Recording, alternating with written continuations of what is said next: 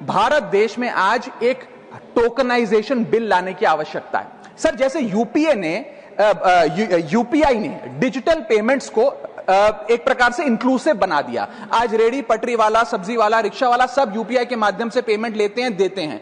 ठीक उसी तरह इन्वेस्टमेंट और एसेट ओनरशिप को हमें इंक्लूसिव बनाने के लिए टोकनाइजेशन का एक कानून इस देश में लाना पड़ेगा। सर, मैं सरल भाषा में समझाता हूं। एक मिडिल क्लास का आदमी आज यदि अपना निवेश करना चाहता है पैसा, तो उसके पास या बैंक का सेविंग्स अकाउंट का खाता है, म्यूचुअल फंड है या फिक्स डिपॉजिट है। उसके अतिरिक्त कोई ऑप्शन नहीं है। कमर्शियल बिल्डिंग बहुत महंगी है, इंफ्रास्ट्रक्चर प्रोजेक्ट उसकी रीच के बाहर हैं, और प्राइवेट एसेट क्लास नीश इन्वेस्टमेंट्स के लिए होते हैं, उनके लिए बने नहीं है। टोकनाइजेशन एक ऐसी फाइनेंशियल रेवोल्यूशन है जो एक बड़े महंगे एसेट को छोटे छोटे डिजिटल टोकन में बांट देगा और ट्रांसपेरेंटली उसकी खरीद बेच ब्लॉकचेन टेक्नोलॉजी के माध्यम से हो सकती है। Sir, asset tokenization is one of the most transformative technological financial innovations of the 21st century.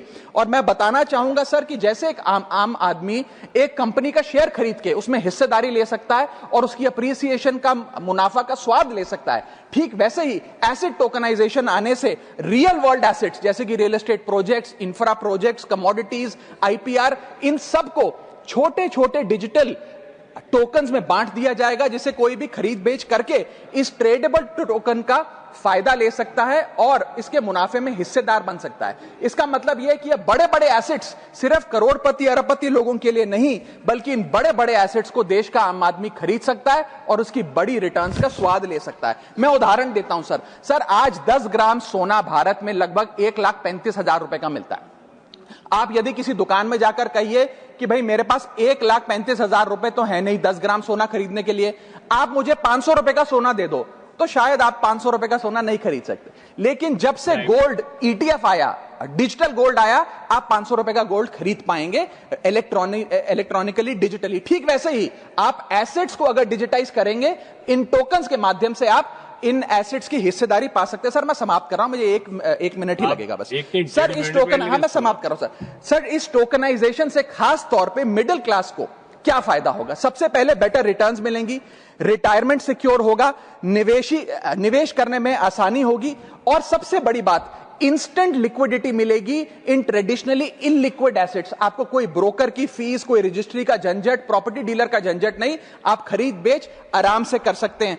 और इसी के साथ साथ ट्रांजैक्शन कॉस्ट घटेगी, इंटरमीडियरीज की कॉस्ट घटेगी। सर, दुनिया भर में जो मजबूत मैच्योर अर्थव्यवस्थाएं हैं, उन्होंने इस एसेट टोकनाइजेशन के कॉन्सेप्ट को रिकॉग्नाइज किया। यूएसए ने, एसईसी ने अपनी सिक्योरिटीज एक्ट में इस टोकनाइजेशन के कॉन्सेप्ट को शामिल किया। सिंगापुर ने प्रोजेक्ट गार्जियन का नाम से एक प्रोजेक्ट लाकर इसको लीगलाइज किया।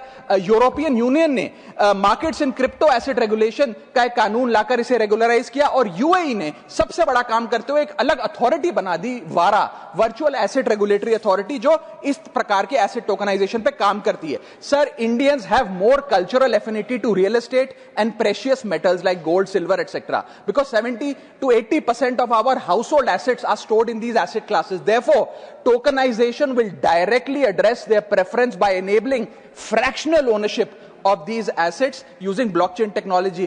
अंत में मैं बस इतना कहना चाहूंगा सर कि इंडिया को अपनी एसेट टोकनाइजेशन की एक bespoke लेजिस्लेशन की जरूरत है और एक रेगुलेटरी सैंडबॉक्स की जरूरत है। इसके चलते इन्वेस्टमेंट और ओनरशिप कॉमन मैन के लिए, आम आदमी के लिए सही मायने में इंक्लूसिव बनेगी। और अगर भारत में रेगुलेटरी क्लैरिटी आ जाती है एसेट टोकनाइजेशन कानून के माध्यम से, तो global capital Singapore, UAE, Hong Kong और यूएस जाने के बजाय भारत में आएगी और भारत में निवेश होगा। So there is an urgent need for an asset tokenization bill in this country. Thank you sir.